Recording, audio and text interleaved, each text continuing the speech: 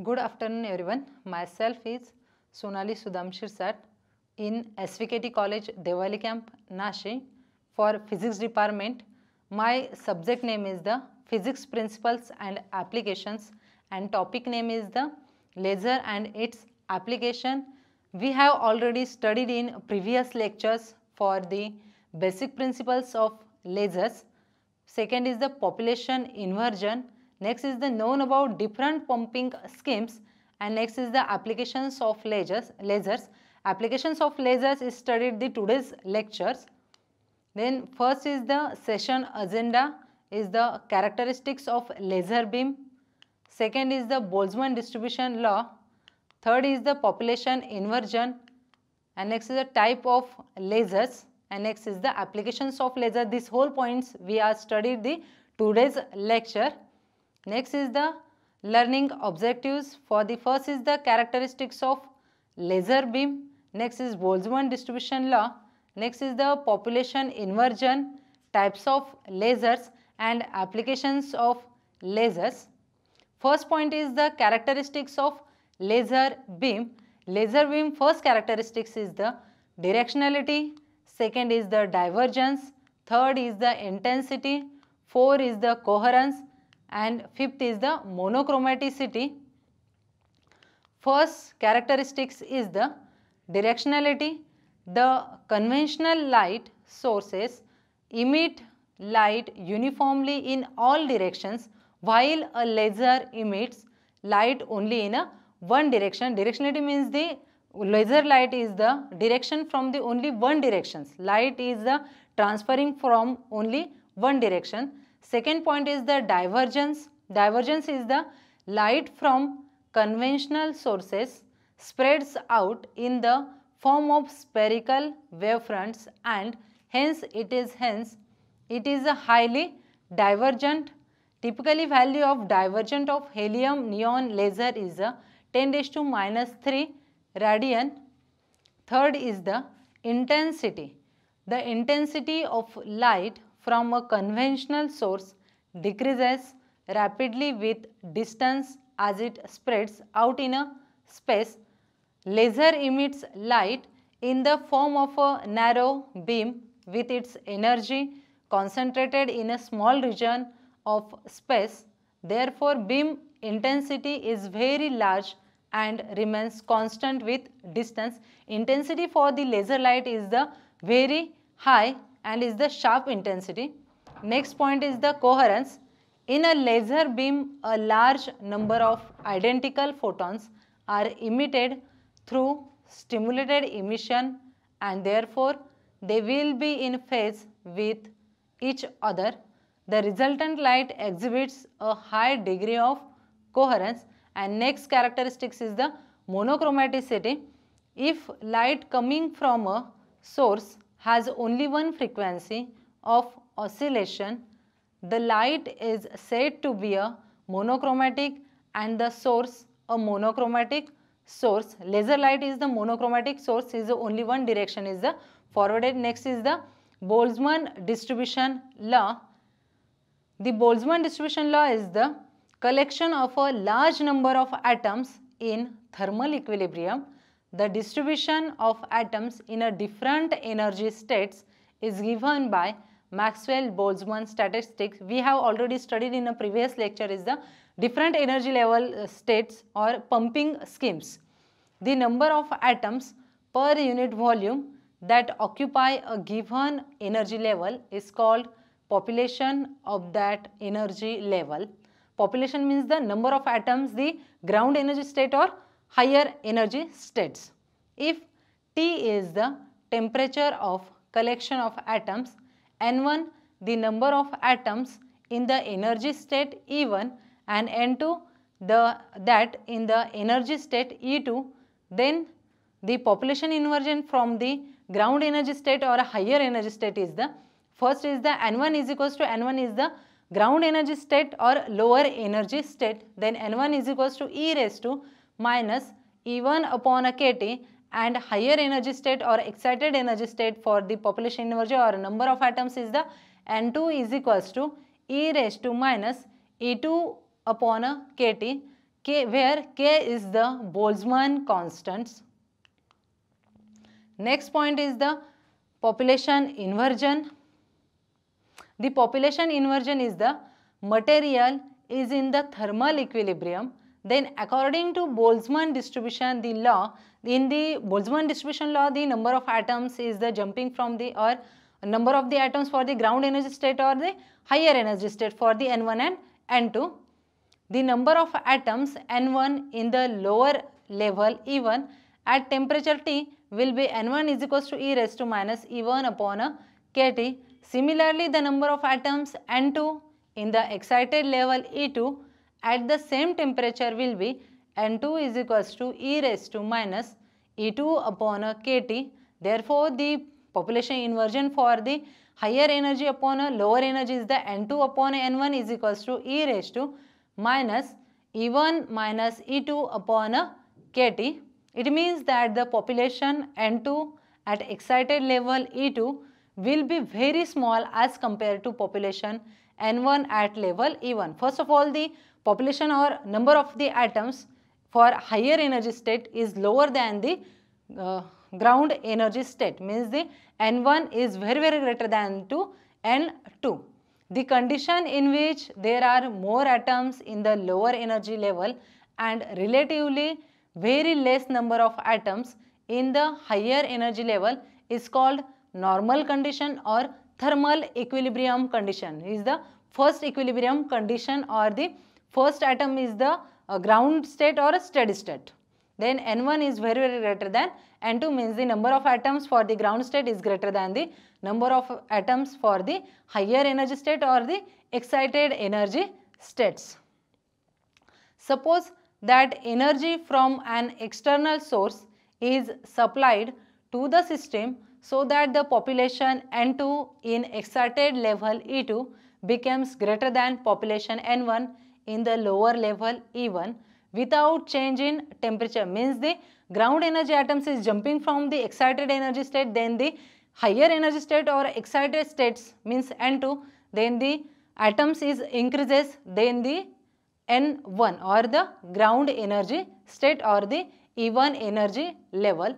This is a non-equilibrium condition and is known as inverted population condition. Population inversion is the non-equilibrium condition in which population of the lower energy level, therefore N2 is very greater than of N1. This is the, we see that the first diagram is the thermal population, then first diagram is the N1 means energy level E1, then so many number of the atoms for the ground state and the higher energy state, the only few number of the atoms, then the N1 means N2 is less than N1, means N1 is greater than the N2. And second, another diagram is the non-equilibrium state, say population inversion means non-inverting state or inverting state is the N1 is less than to N2, means the N1 for the number of is the less number than the higher energy state or the N2 energy states. Next point is the types of lasers.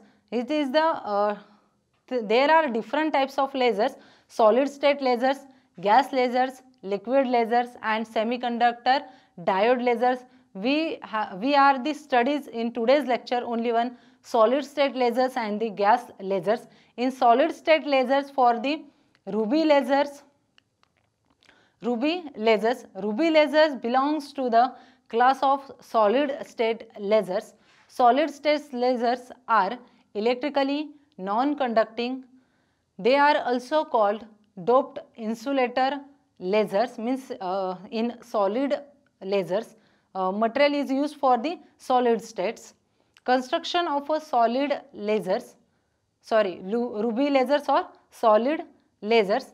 The ruby crystals are grown in special furnaces and then shaped into cylindrical rod 2 to 3 cm in length and 0.5 to 2 cm in diameter. Both the end faces of the crystal are made optically flat and silvered. One face A is thickly coated so that it acts as fully reflected, while other face is the B is partially coated so that an intense beam can emerge out of it. Then this diagram for the ruby laser, first point is the A part is the thickly silvered and second part is the laser beam, यानी कि B here is the partially reflected or partially silvered. Xenon is the flash capacitor है here, and coolant liquid is the N2 here coolant. The curved surface is also coated to make it reflecting. The ruby cylinder prepared in the manner is called resonant cell or cavity. The ruby rod is surrounded by a cylindrical glass tube. The liquid nitrogen is circulated through this glass tube to keep the ruby rod cool, as shown in figures is the N2. Coolant liquid is the N2 यानी कि nitrogen gas. In ruby laser, for the working, ruby laser uses a 3-level pumping schemes. We have already studied in a previous lecture for the 3-level pumping scheme, 4-level pumping scheme or whole pumping schemes for the 2 energy level pumping schemes. Here is the 3-level pumping schemes. For the E1 is the ground energy states, and the E1 is the ground energy state for the number of atoms for the only one ground energy state. Then the atoms is the triggered or applying the external energy. Then these atoms absorb the external energy and jumping from the excited states or higher energy state means the E1 to the E3. Then wavelength for the or optical pumping here. Then lambda is the wavelength for the 5500 angstrom. Next, the energy for the E2 level is the 1.79 electronic volt, and the energy for the E3 level is the 2.26 electronic volt. Then these atoms for the jumping from the ground energy state to the excited energy states, and then these atoms again spontaneous emission is they carried out, and these atoms is the jump from the ground states for the E3 to E2 levels. Then these atoms is the coming from the E3 to E2 means the metastable state, and radiation-less transition is the proceed. Then the E2 level is the metastable state, and then this atom is the step for the 10⁻⁸ second for the E2 energy states. And then this E2 energy state or these atoms applying the again external energy or trigger, and then these atoms coming from the ground energy state and the laser light emitted or the photon light emitted. We know that the energy is equals to h nu is the photon particles. Photon particle means the laser light, and this wavelength for the laser transition or laser light is the lambda is equals to 6943 angstroms, and then these atoms coming from the ground energy states. Next is the uses of the ruby lasers. Ruby lasers are used in optical holography. Ruby lasers have very high pulse energy and good coherence length. Due to this, a high power version of the ruby laser can be used for recording holograms of large volume in a single ruby laser pulse. And second application is the ruby laser for the melanin of a skin and tattoos can be removed using these lasers. Next type of the laser is the helium neon lasers. In construction for the helium neon laser, in helium neon lasers, these lasers have a very long lifetime of operating and is generally trouble free. This laser operation in a mixture of helium and neon at low pressure. The helium neon laser consists of a long and narrow discharge tube about 80 cm long and 1 cm diameter, filled parts of helium and which forms laser medium with a mixture of 1 part of a neon and 10 parts of a helium, and which forms laser medium means the ratio for the helium neon gas is the 10:1 means the 10% for the helium gas and the 1% only one neon gas for mixture in the helium neon lasers. The pressure inside the tube is about 1 millimeter of Hg. Two electrodes E1 and E2 are fitted to the discharge tube as shown in the figure. This is the figure for the helium neon gas laser. First of all is the M1 and M2 is the two mirrors. For M1 is the fully reflected and M2 is the partially reflected, and this electrode is the helium neon gas laser is the, or helium neon gas is filled in a 10:1 ratio. E1 and E2 is the electrodes. First is the M1 and M2 are fitted to the discharge tube as shown in figure.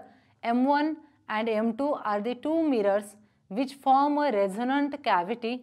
The mirror M1 is a fully reflected, whereas the mirror M2 is partially reflecting so as to allow laser beam to pass out of it.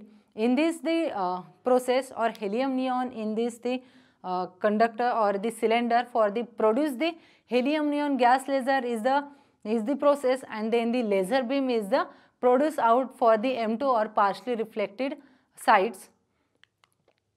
This is the working from the helium neon gas lasers is the helium neon laser employs a 4-level pumping scheme. We have already studied in the previous lecture is the 4-level pumping scheme. In 4-level pumping scheme for the atoms, for the first of all in a ground energy state means the E1 energy state. Here we see that the helium and neon gas is the first of all is the ground energy state is the S1 is the ground energy state for the helium atom, and E1 is the neon, means the helium or neon is the gas or gas laser is the ratio for the 10:1 in mixing form this cylinder, and this process is the 4-level pumping schemes.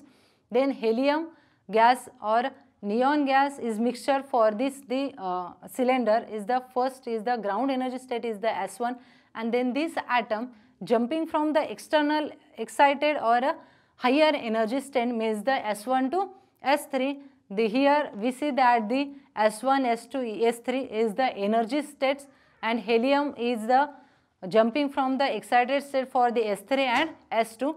S2 is the excitation by collision with electrodes. Electrodes means the helium neon electrodes or E1 and E2 electrodes, and then this energy or these atoms coming from the ground energy state means the higher energy to the lower energy state, but we see that the energy level for the E6, E5, E4, E3, E2 and E1, then few atoms is jumping from the higher energy to the lower energy, but E6 to E4 jumping from the E6 to E4, or some atoms is the jumping from the E6 to E5, and this range is the 3.539 micrometer, and then the energy for the E6 to E4 is wavelength for the 6328 angstrom.